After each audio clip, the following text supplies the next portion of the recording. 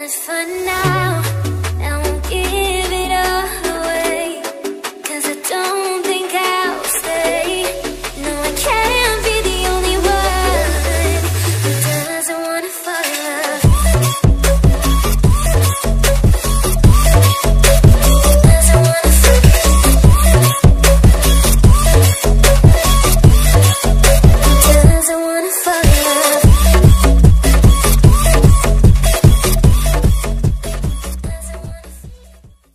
Hello armies, welcome to back my channel and how are you? I hope also fine. So आज का ये one shot जिनके birthday special पे मैंने दिया है, सो आई होप ये वन शॉट आपको पसंद आएगी। Happy birthday Jin oppa. आप हमेशा ऐसे ही बढ़ते रहें और बढ़ते बढ़ते बुढ़े हो जाएंगे, लेकिन आपकी हरकतें हमेशा बच्चों वाली रहेंगी। ध्यान से देखिए इस मनुष्य को। इस मनुष्य को देखकर कहीं लगता है कि ये आदमी 31 साल का हो चुका है, लेकिन ये सच है, हमारे जिन अब 31 के हो गए हैं। तो आज हमारे जिनोप्पा के साथ साथ जिन भी आदमी का बर्थडे है ना, मैं सबको उनका बर्थडे विश करना चाहती हूँ। Happy birthday to all of armies. अब मैं ज्यादा बकवास नहीं करूंगी और चलिए अब हम इस वन शॉट को देखते हैं।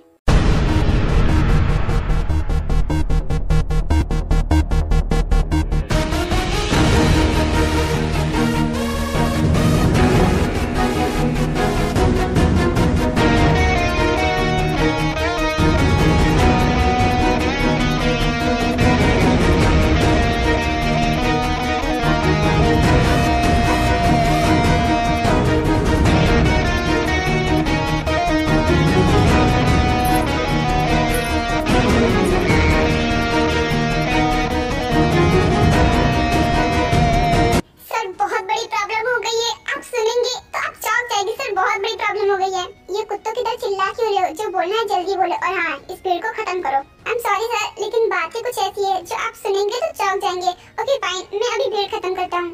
उसके बाद योंजन भीड़ को खत्म करता है और आरएम ऑफिस के अंदर जाता है। आर्मी, अब इंट्रो की बारी है, तो मैं आप लोगों को इनका इंट्रो दे देती हूँ। ये है मिस्टर किम नामजून। ये एक बहुत पावरफुल बिजनेसमैन है। इसका नेचर ये रूड है, एंग्री है और बहुत ही ज्यादा बैडमैन है। इसकी कोई फैमिली नहीं है और ये अकेला रहता है।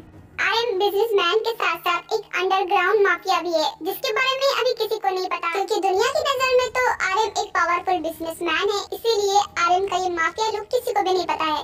ओके, अब इतना चिल्ला क्यों रहे हो? हाँ बताओ जल्दी, क्योंकि मैं बहुत बिजी हूँ। तुम्हें पता है कल मेरी शादी है और ये शादी हमारे बिजनेस के लिए कितना इम्पोर्टेंट है, तुम्हें तो पता ही होगा ना। तो क्यों मेरा टाइम वेस्ट कर रहे हो? यहाँ पर तुमने मुझे क्यों बुलाया है? जल्दी बोलो। और अगर ये बात इम्पोर्टेंट नहीं हुई ना, तो तुम जानते हो कि मैं क्या करूँगा। आई नो सर, लेकिन बात इतनी इम्पोर्टेंट है जिसे सुनकर आप चौंक जाएंगे। ये शादी आपके लिए बहुत इम्पोर्टेंट है ना, लेकिन शादी तभी होगी ना जब लड़की होगी। तुम कहना क्या चाहते हो? क्यों, उस लड़की को क्या हो गया? सर आप तो जानते हैं ना, उस लड़की ने आपसे शादी करने के लिए आपसे पैसे लिए थे। आपने उसको मुंह मांगी कीमत भी दी थी, लेकिन पता नहीं कैसे उसे पता चल गया कि आप एक अंडरग्राउंड माफिया हैं और वो डरकर भाग गई। और वो कहाँ गई है वो हम सबको पता ही नहीं है। हमने उस लड़की को ढूंढने की बहुत कोशिश की सर, लेकिन वो लड़की हमें नहीं मिली। पता नहीं, मुझे लगता है कि वो एक कंट्री छोड़कर चली गई। हम क्या करेंगे सर? आपको पता है ना ये शादी कितनी इम्पोर्टेंट है, और इतनी जल्दी दूसरी लड़की हम कहाँ से लेकर आएंगे? उस लड़की की इतनी हिम्मत, वो मुझे धोखा देकर भाग गई। अगर वो मुझे मिली ना तो मैं उसे जिंदा नहीं छोड़ूंगा, लेकिन इस बारे में बात हम बाद में करेंगे। सबसे पहले मुझे शादी करने के लिए एक लड़की चाहिए, और अगर नहीं मिली ना तो तुम नहीं बचोगे। कहीं से भी लेकर आओ, लेकिन मुझे एक लड़की चाहिए जो कि कल मेरे साथ शादी कर सके। लेकिन सर हमने बहुत ढूंढा किसी लड़की को जो कि कल शादी कर सके, लेकिन कोई भी लड़की इतनी जल्दी शादी करने को तैयार ही नहीं है। हमने उससे पैसे भी दिए, लेकिन कोई भी नहीं रेडी है। क्या करे सर? मुझे सब कुछ नहीं पता। तुम्हें पता ना ये शादी करना मेरे लिए कितना ज्यादा इम्पोर्टेंट है। अगर ये शादी नहीं हुई ना, जिंदगी का सबसे बड़ा डील मेरे हाथ से चला जाएगा, और मैं ऐसा हरगिज़ नहीं चाह रहा। तो कहीं से भी एक लड़की लेकर आओ कल के लिए, जो मुझसे शादी करने के लिए तैयार हो जाए। और अगर नहीं मिल रही ना तो किसी को भी किडनैप करो, उसे धमकाओ, कुछ भी करो, लेकिन मुझे कल के लिए एक लड़की चाहिए तो चाहिए। ओह नो सर, तुम मुझे धमकी देकर गए कि मैं कहीं न कहीं से लड़की लेकर आऊं, और इतनी जल्दी मैं किसी लड़की को कैसे लेकर आऊं? मुझे कुछ भी समझ में नहीं आ रहा। ओह गॉड, पर लाना तो पड़ेगा मुझे। ओह गॉड, इस चोट को भी अभी ही लगनी थी। खैर पास में तो हॉस्पिटल है, जाकर ड्रेसिंग करवा लेता हूँ। इतना बोलकर आरएम पास के हॉस्पिटल में ड्रेसिंग कराने के लिए चला जाता है। डैड आप ठीक हो जाएंगे, आपको कुछ नहीं होगा। डैड प्लीज हौसला रखिए, आपको कुछ भी नहीं होगा। डैड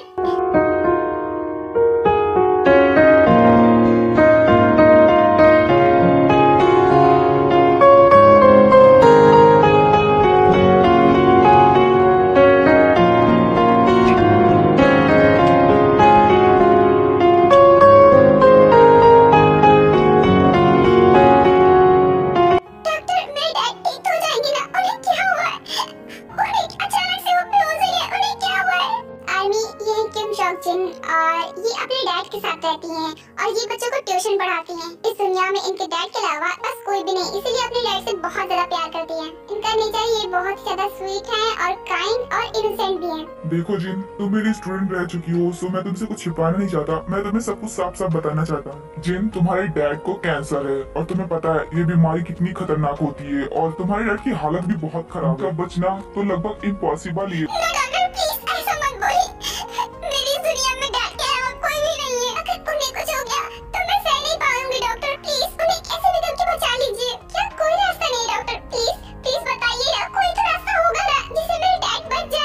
है, सिर्फ एक रास्ता है, लेकिन उसमें बहुत ही ज्यादा खर्चा है और मुझे पता है कि तुम्हारी कंडीशन कैसी है, तुम उतना खर्चा अफोर्ड नहीं कर पाओगी। मुझे तुम्हारे डैड को बचाने के लिए उनका ऑपरेशन करना पड़ेगा और उनके ऑपरेशन में बहुत पैसे लगेंगे। डॉक्टर, कितना खर्चा आएगा?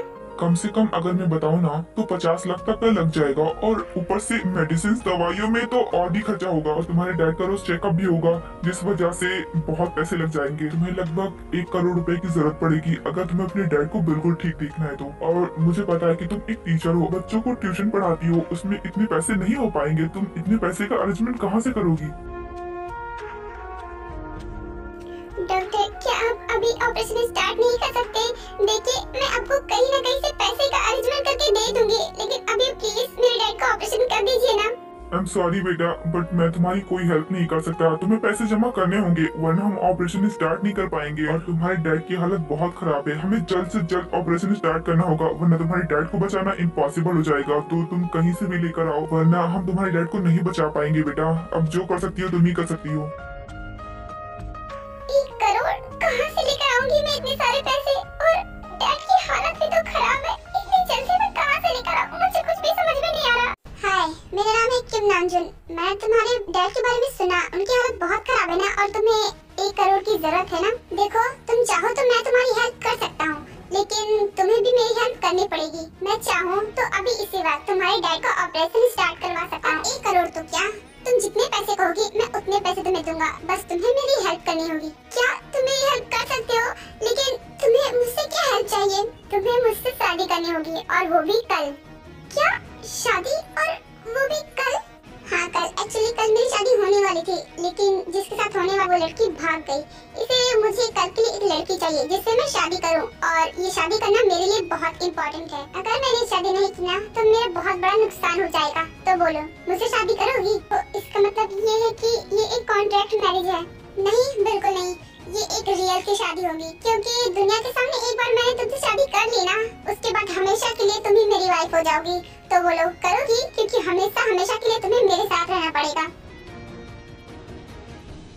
देखो, तुम्हें जितना सोचना है ना सोच लो, उसके बाद अपना फैसला मुझे बताना और तुम्हें एक कॉन्ट्रैक्ट पर साइन भी करना पड़ेगा। उसमें साफ साफ लिखा है कि तुम ये शादी अपनी मर्जी से कर रही हो, तुम हमेशा के लिए मेरे साथ रहोगी और मेरे सारे ऑर्डर्स को फॉलो भी करोगी। बोलो, अभी क्या तुम ये शादी करना चाहती हो?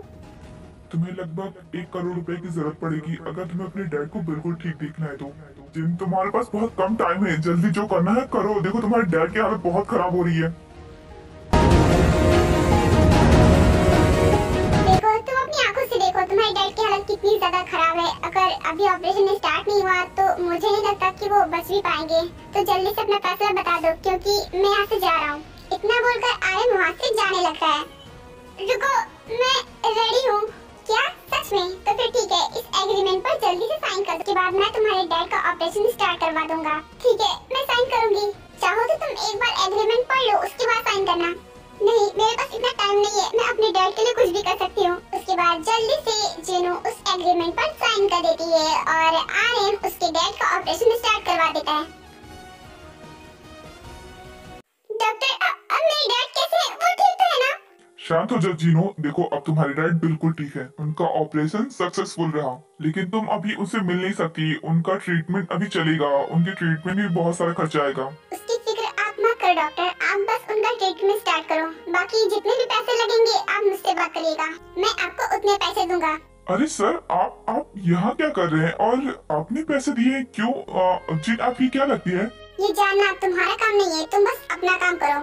Okay, I am sorry sir, मैं चलता हूँ। और तुम चलो मेरे साथ मेरे घर। क्या? पर आज ही देखो, शादी तो कल करनी है ना, क्या मैं आज अपने डैड के पास नहीं रुक सकती? देखो, मुझे उनको देखना है, please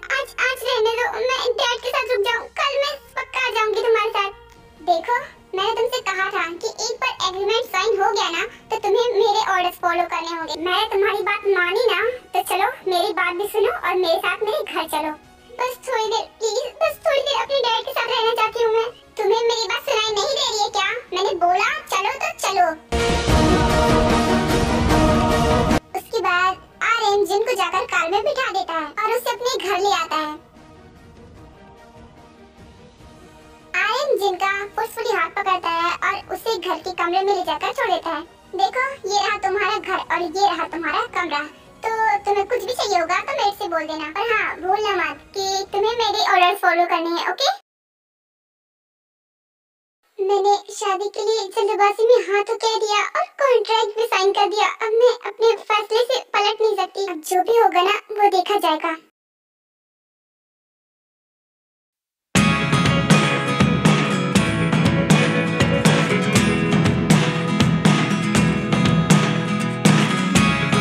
Never really know what's going on. Look at me sometimes like all you want to do is run. Hear me out, hear me out. If all the things you know. आखिर शादी हो ही गई। खैर मैं बहुत थक गई हूँ, मैं सो जाती हूँ। इतना बोलकर जिन सो जाती है।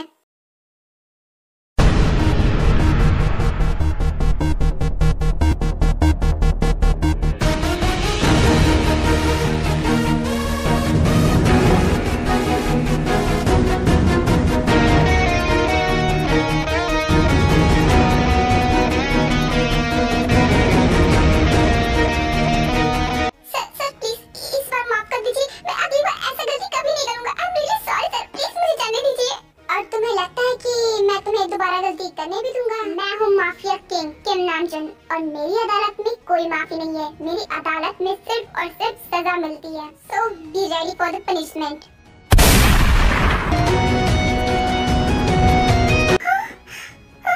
इसने तो उसे मार दिया, यानी कि ये एक क्रिमिनल है। जिन बहुत ही ज्यादा डर चुकी है, उसे कुछ भी समझ में नहीं आ रहा था, इसीलिए वो चुपचाप वापस से रूम में चली जाती है। लेकिन मिरर के थ्रू आर्यन उसे देख लेता है। चलो अच्छा है कि तुम्हें खुद ही सब कुछ पता चल गया।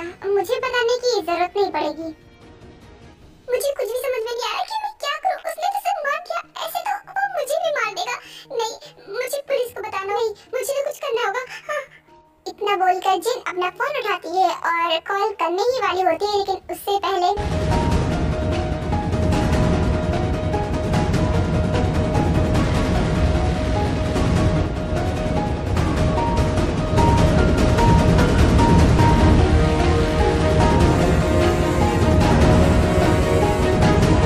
काफी अच्छी कोशिश थी। क्या करने जा रही थी?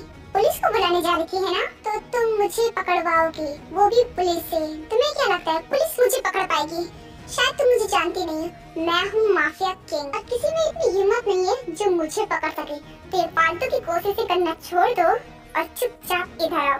क्या तुम माफिया हो?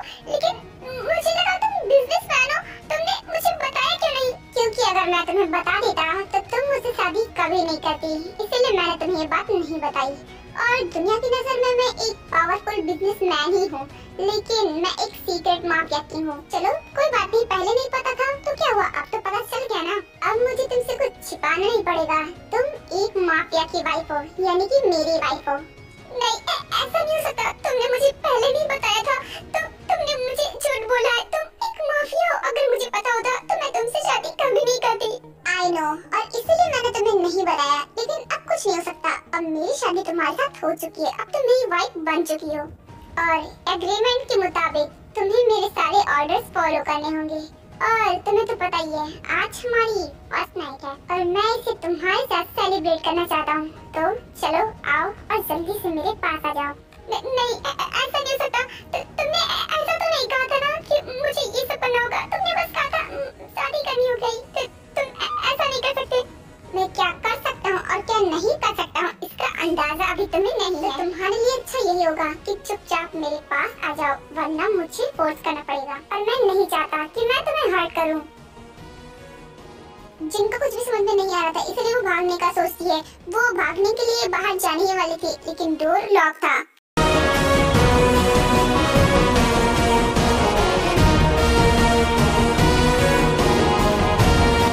देखो, ये बेकार की कोशिश करना छोड़ दो, क्योंकि मुझे इसकी वजह से और भी गुस्सा आ रहा है। तुम नहीं जानती कि अगर मैं गुस्से में आ गया ना तो मैं क्या कर सकता हूँ। मैंने तुम्हारे डैड के इलाज के लिए पैसे दिए हैं और तुमने वो एग्रीमेंट भी साइन किया है। उस एग्रीमेंट में साफ साफ लिखा था कि जब चाहूँ मैं तुम्हारे साथ फिजिकल रिलेशन बना सकता हूँ और इसके लिए तुम मुझे नहीं रोक सकते। अगर तुमने वो एग्रीमेंट तोड़ने के बारे में सोचा भी ना तो जानती हो कि मैं क्या कर सकता हूँ। अगर मैं तुम्हारे डैड के इलाज के लिए पैसे दे भी सकता हूँ तो उन्हें वापस मरवा भी सकता हूँ। तो फैसला तुम्हारे हाथों में है। तुम यहाँ से भागना है या फिर मेरी बात माननी है और मेरे ऑर्डर्स को फॉलो करना है। आर्मी, मैं आप लोगों को बता दूं कि ऐसा नहीं है कि आर्यन किसी भी लड़की के साथ ऐसा कर देता।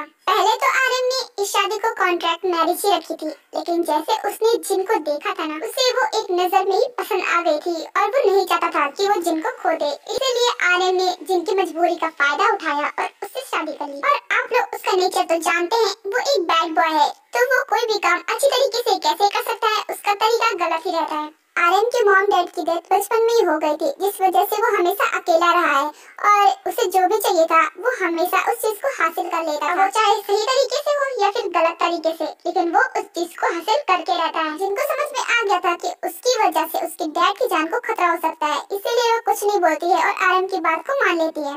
गुड, शायद तुम्हें समझ में आ गया है कि तुम गलत कर रही थी।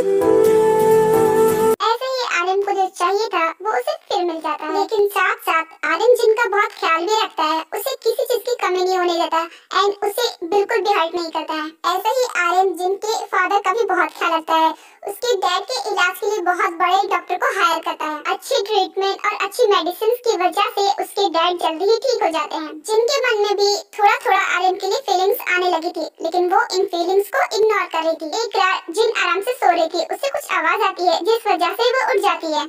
हाँ, ये क्या, ये आवाज कैसी? और ये आर्यन कहाँ चले गए? Happy birthday my princess. Dad आप यहाँ, आप ठीक हो गए?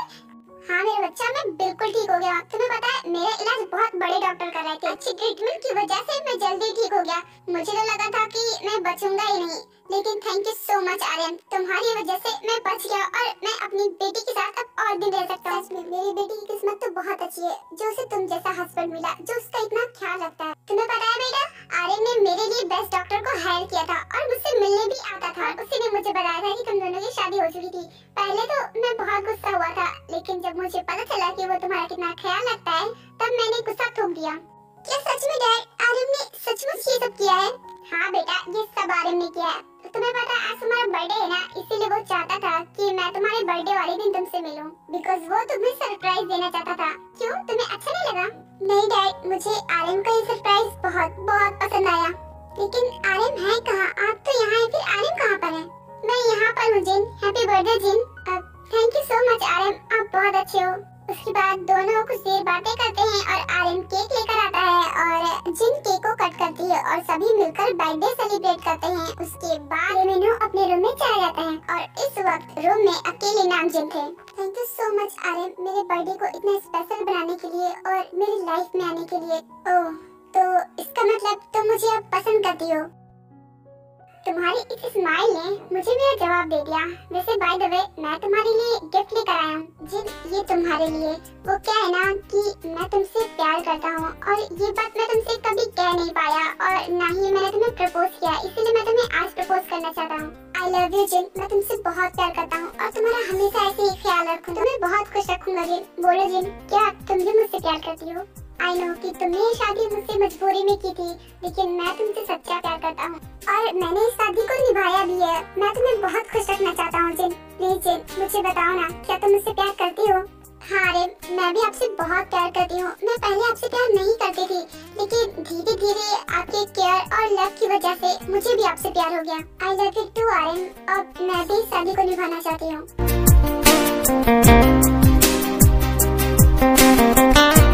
Thank you so much Jin, तुम्हें नहीं पता कि मैं आज कितना ज्यादा खुश हूँ। मैं भी बहुत खुश हूँ आर्यन। आर्यन, आपने तो मुझे गिफ्ट दे दिया, अब मेरी बारी है। मैं आपको गिफ्ट देना चाहती हूँ। क्या गिफ्ट? और वो भी मेरे लिए? क्या है? आर्यन, मैं प्रेग्नेंट हूँ। I am pregnant Aryan.